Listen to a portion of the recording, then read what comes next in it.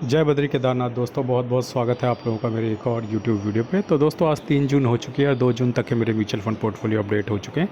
इससे पहले कि मैं आपको अपने दोनों म्यूचुअल फंड पोर्टफोलियो दिखाऊं, आपकी जानकारी के लिए बता दूं कि मेरे द्वारा दी गई जानकारी केवल एजुकेशन पर्पज़ के लिए, इसे इन्वेस्टमेंट एडवाइस ना समझे। दोस्तों सबसे पहले शुरू करते हैं मेरे ग्रो ऐप के म्यूचुअल फंड पोर्टफोलियो से। तो ग्रो ऐप के म्यूचुअल फंड पोर्टफोलियो में जैसा कि आप देख सकते हो, कल मुझे लगभग 9,000 रुपये का नोशनल गेन हुआ है। मुनाफा बढ़ के अब 44,000 रुपये हो गया है। आपकी जानकारी के लिए बता दूं कि ये पोर्टफोलियो मैंने 2024 में बनाया था और इस पोर्टफोलियो में म्यूचुअल फंड टैक्स हार्वेस्टिंग होती रहती है, उसकी वजह से आपको CAGR और XLR कम दिखेगा। ठीक है, जिनको नहीं पता म्यूचुअल फंड टैक्स हार्वेस्टिंग होती है उनकी जानकारी के लिए बता दूं कि आप अपने 1 साल से ऊपर होल्ड किए गए म्यूचुअल फंड पोर्टफोलियोज़ को का जो प्रॉफिट होता है उसे बेचकर उसी दिन बाय बैक कर लेते हो, जिससे आपका भविष्य का लॉन्ग टर्म कैपिटल गेन कम हो जाए। तो इस पोर्टफोलियो में दोस्तों जैसा कि आप देख सकते हैं कि कॉन small cap, Edelweiss US technology fund और HDFC मिड कैप और एडलवाइज मिड कैप फंड ये लीड कर रहे हैं। बाकी और भी फंड है नीचे, एक बार उन पर भी नज़र पड़वा देते हैं ताकि आप देख सकें क्या स्थिति है बाकी पोर्टफोलियो की। और आइए चलते हैं अब अपने इंड मनी ऐप के म्यूचुअल फंड पोर्टफोलियो पे, तो एक नज़र वहाँ पर भी डाल लेते हैं। दोस्तों इंड मनी ऐप के म्यूचुअल फंड पोर्टफोलियो में जैसा कि आप देख सकते हैं, इस वक्त जो करंट वैल्यू है मेरे पोर्टफोलियो की वो लगभग 12,14,000 है। और जैसा कि आप देख सकते हैं कि जो इन्वेस्टेड वैल्यू है 11,81,000 है। तो यहाँ पे जो पोर्टफोलियो म्यूचुअल फंड्स लीड कर रहे हैं वो है bank of India small cap. ये पोर्टफोलियो मैंने 2025 में बनाया। Bank of India small cap, invest India small cap, Edelweiss mid cap और निपॉन इंडिया मिड कैप, ये 4 म्यूचुअल फंड है जो टॉप में हैं। बाकी कुछ और म्यूचुअल फंड्स भी हैं, एक बार उनको भी आपको दिखा देता हूँ ताकि आप देख सकें किन किन म्यूचुअल फंड्स में मैंने निवेश किया हुआ है। इस पर भी हल्की फुल्की म्यूचुअल फंड टैक्स हार्वेस्टिंग चल रखी है, इस पोर्टफोलियो पे भी ज़्यादा नहीं है लेकिन है। आज कोई मेरी SIP कटी है, एक बार नज़र डाल लेते हैं। जी नहीं, आज मेरी कोई भी SIP नहीं कटी है।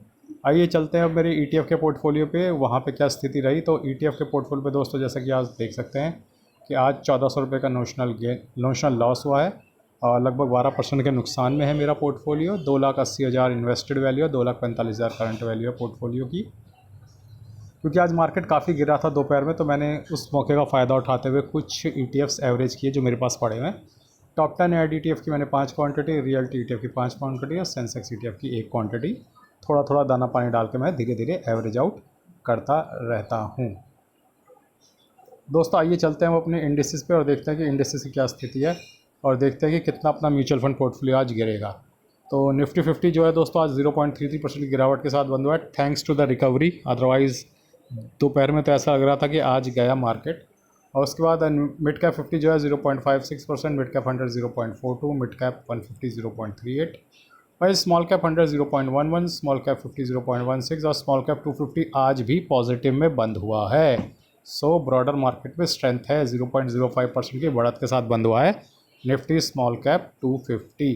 तो ब्रॉडर मार्केट के अगर इंडिसेस पकड़ो जाए तो 0.3 ये कट जाएगा। हाँ, तो लगभग 0.2 to 0.3 के आसपास अपना पोर्टफोलियो आज गिरेगा म्यूचुअल फंड का, जिनका मिक्स पोर्टफोलियो है large cap, mid cap, small cap वाला।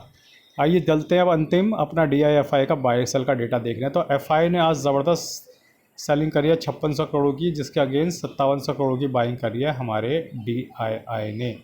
तो दोस्तों अपनी SIP चलाते रहिएगा, घबराने की कोई भी ज़रूरत नहीं है।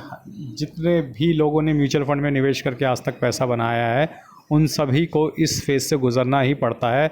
बिना इस डाउन फेज़ के पार किए आप म्यूचुअल फंड में पैसा नहीं बना सकते। और ये एक लिटमस टेस्ट है उन लोगों के लिए जिन्हें लगता है कि म्यूचुअल फंड में बहुत आसानी से पैसा बन जाता है। जी हाँ, अगर आप इस मेंटल पेन को, इस मेंटल एग्नी को नहीं झेल सकते हैं तो ये सही टाइम है, अपना प्रॉफिट लॉस जो भी है बुक करके आप FD में जा सकते हैं। याद रखिए, म्यूचुअल फंड में जब आप निवेश करते हैं तो 2-2, 3-3 साल तक ऐसा हो सकता है कि आपका प्रॉफिट ना बने। तो अगर आप इस मेंटल पेन और एग्नी को नहीं झेल सकते हैं तो म्यूचुअल फंड इन्वेस्टमेंट आपके लिए नहीं है। लेकिन अगर आप झेल सकते हैं, आप एक मेंटली स्ट्रॉन्ग और सॉलिड आदमी हैं, तो मेरा ये मानना है कि आपको अपनी SIP लगातार चलाते रहने चाहिए। कुछ बुद्धिजीवी आके कमेंट करता है कि भाई आप रोज़ एक ही चीज़ क्यों बोलते हो। देखो, अगर तुमने इस एक चीज़ को गांठ बांध लिया कि मार्केट ऊपर हो या नीचे हो अपनी SIP चलाते रहो, तो तुम्हें दूसरी कोई चीज़ करने की ज़रूरत नहीं है, तुम इसी से करोड़पति बन जाओगे। लेकिन बुद्धिजीवियों को ये चीज़ें समझ में नहीं आ रही है कि रोज़ रोज़ परिवर्तन फ्यूचर एंड ऑप्शन और स्टॉक्स ट्रेडिंग में किया जाता है। म्यूचुअल फंड इन्वेस्टमेंट में एक बार आपने सही फंड ले लिए, उसके बाद आपको टिक कर बैठना ही होता है और अपनी एसआईपी चलाते रहनी होती है। तो आप अगर ये एक्सपेक्ट करते हो कि मैं हर वीडियो में आपको एक नई स्ट्रेटेजी बता दूंगा, नहीं। म्यूचुअल फंड में सिर्फ एक ही स्ट्रेटेजी होती है, सही फंड सिलेक्ट करो और कुंडली मार के बैठ जाओ, ठीक है, और अपनी एसआईपी चलाते रहो। बाकी दोस्तों आपकी जानकारी के लिए बता दूं, मैं AMFI registered mutual fund distributor हूँ विद ARN नंबर 357890। अगर आप मेरे साथ आधे घंटे का एक पेड गूगल मीट सेशन चाहते हैं जिसकी फ़ीस एक मामूली मूवी टिकट के बराबर है, तो आप मुझे व्हाट्सएप या ईमेल कर सकते हैं।